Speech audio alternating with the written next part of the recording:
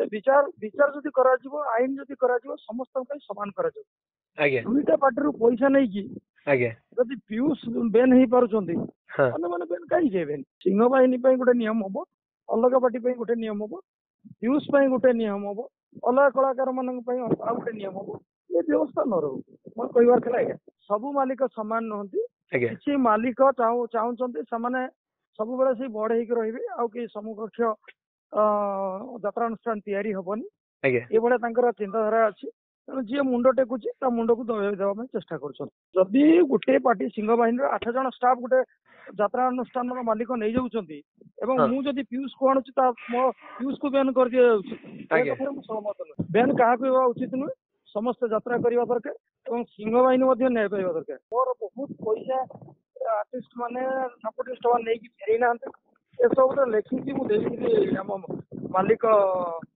संघ आज्ञा मत रविवार सुधा यार सुविचार कर न्याय प्रदान आज्ञा कर किसी न्याय प्रदान मत कले ना तो मोर हृदबोध है सिंह बाहिनी गोटे नुआ पार्टी आज्ञा गोटे अति साधारण मनीष तेणु मत गोटे नेग्लेक्ट कर पार्टी टाक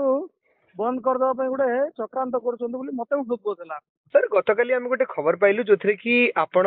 यात्रा मालिक संघ ना अभियोग आणुछंती एवं जो गोटे कथा आपण उठेछंती कि मालिक संघ ठीक से काम करूनी एवं आपण जो अभियोग गुड़िक आणछन सर कौन से अभियोग गुड़िक रही कौन कहबा चाहिए अभियोग माने आपण माने भी जानी बारंबार मत आप भेटी आज्ञा ये सब कन्फ्यूजन मुझे किसी बाइट दिए ना आज्ञा कारण सोशल मीडिया रही सृष्टि करा बहुत बारंबार मुझे क्षतिग्रस्त होती तथापि कहे ना आज्ञा किंतु हठात मत 4-5 दिन तले आज्ञा आपणकर सूर्य मंदिर जो मुख्य परिचालक बंकिम बाबू जहाँ बहुत दिन अभिज्ञता अच्छी से मत कला पहाड़ सह तुलना कले आज्ञा आपण मैंने भी थिले आपण मैंने भी तो किसी काउंटर कहीं करना किंतु आपण मैंने भी थिले से मत कला पहाड़ कहले एवं आपण साम्बादिक बंधु जन कहले संजीव पाड़ी कला पहाड़ ना आप जहाँ बुझे तो मत कला पहाड़ कहला मु जन ब्राह्मण लोक हिंदू लोक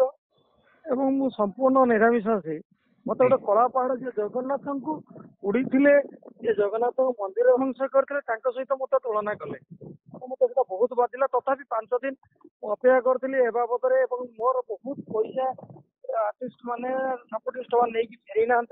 ए सब लिखिकी मुझे आम मालिक संघ आज्ञा मत रविवार सुधा यार सुविचार कर न्याय प्रदान कर किसी न्याय प्रदान मत कले ना तो मोर हृदबोध है सिंह बाहिनी गोटे नुआ पार्टी गोटे अति साधारण मनीष तेणु मत गोटे नेग्लेक्ट कर पार्टी टाक बंद करदे गोटे चक्रांत कर मत हृदबोध है तेणु मुझे मीडिया सामना को आसती यही सब कथा कही विचार विचार जदि करा आईन जदि करा समस्त समान करा दुईटा पार्टी पैसा नहीं कि जदि पीयूष बेन हो पार्टी मैंने बेन कहीं हेबे ना बेन शब्दटा मोर व्यक्तिगत मत यहाँ पेट पाटनार कथा कौन व्यक्ति को बेन करा न जाऊ सर पूर्व आम देखीचे कि सूर्य मंदिर रे पीयूष थिले से आपणठू टंका आनिले कि तापरे तांको उपरे कहले कि अनेक चाप पड़िबारु से कहले कि मु यात्रा करबिनी एबे जे अन्य दुईटी कलाकार अछन से माने आपणको पार्टी रही अलगा पार्टी रु पैसा नोचंदी आमे कहि परबा कि छोटे बैकड्रॉप रे सिंडिकेट काम करछि कि सर जे बदनाम करबा को चाहूची जे गोटे यात्रा पार्टी को आगु को जीवा को दउनी गोटे यात्रा पार्टी को कंप्लीटली मु तो जेटा आपणकर ऑनलाइन चैनल भी कहलिनी जेहेतु मोटे साधारण मनीष नुआ मालिक मुझे यात्रा माने बुझीनी मो सरकार सुजोग नहीं अनेक कलाकार अनेक सपोर्टिंग स्टाफ पैसा नहीं मु समस्त ना जदि मीडिया रे कहबी हईचई सृष्टि हे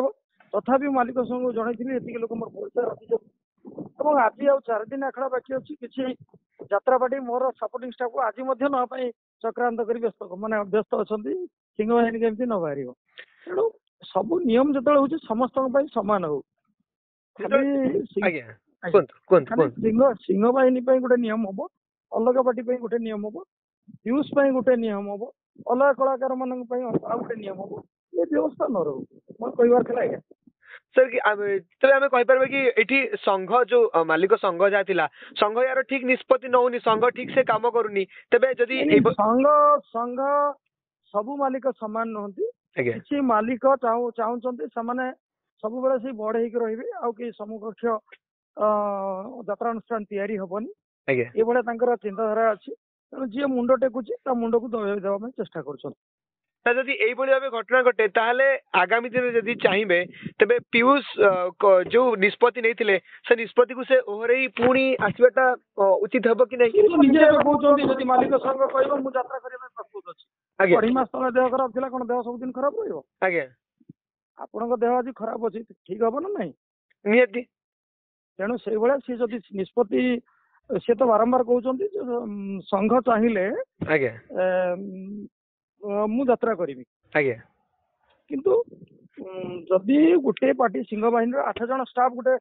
ଯାତ୍ରା ଅନୁଷ୍ଠାନର ମାଲିକ ନେଇଯାଉଛନ୍ତି ଏବଂ ହଁ ମୁଁ ଯଦି ପିୟୁଷକୁ ଆଣୁଛି ତା ମୋ ପିୟୁଷକୁ ବ୍ୟାନ୍ କରିଦିଆଯାଉଛି, ଏ ଆଜ୍ଞା କଥାରେ ମୁଁ ସହମତ ନୁହେଁ। ବ୍ୟାନ୍ କାହାକୁ ହେବା ଉଚିତ ନୁହେଁ। ସମସ୍ତେ ଯାତ୍ରା କରିବା ଦରକାର ଏବଂ ସିଂହ ବାହିନୀ ମଧ୍ୟ ନ୍ୟାୟ ପାଇବା ଦରକାର। ଓକେ ତାହେଲେ ସାର୍ ଆପଣ ଏନେଇ ଆଗାମୀ ଦିନରେ କୌଣସି ମାନେ ବଡ ପଦକ୍ଷେପ ନେବେ କି ଏନେଇ ଆପଣ କୌଣସି